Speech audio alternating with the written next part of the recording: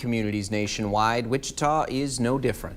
And some retail stores say they're seeing more and more people trying to steal from them, with some chains ranking amongst the worst in the region for theft. 12 News reporter Brock Wilson is live for us with an inside look at the problem of retail theft here in Wichita. Brock?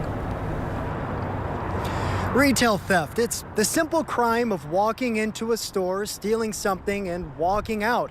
It's a crime that oftentimes goes unreported, but it's a nationwide trend that store owners and managers say continues to get worse.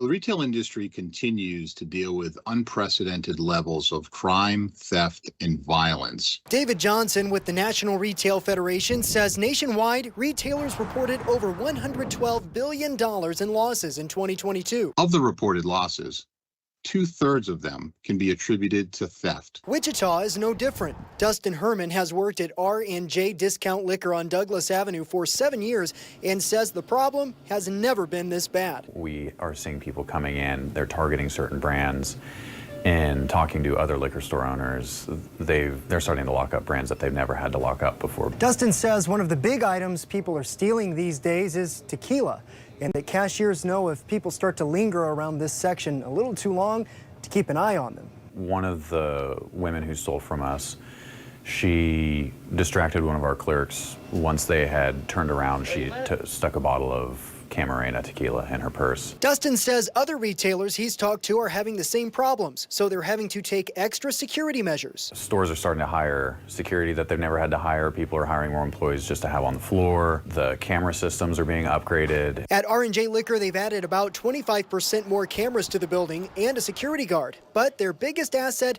is their employees, who help keep the store safe. When it comes down to it, they want to protect the store, they want to protect their livelihoods. Everyone's maintained a very positive attitude, regardless of any uptick in theft.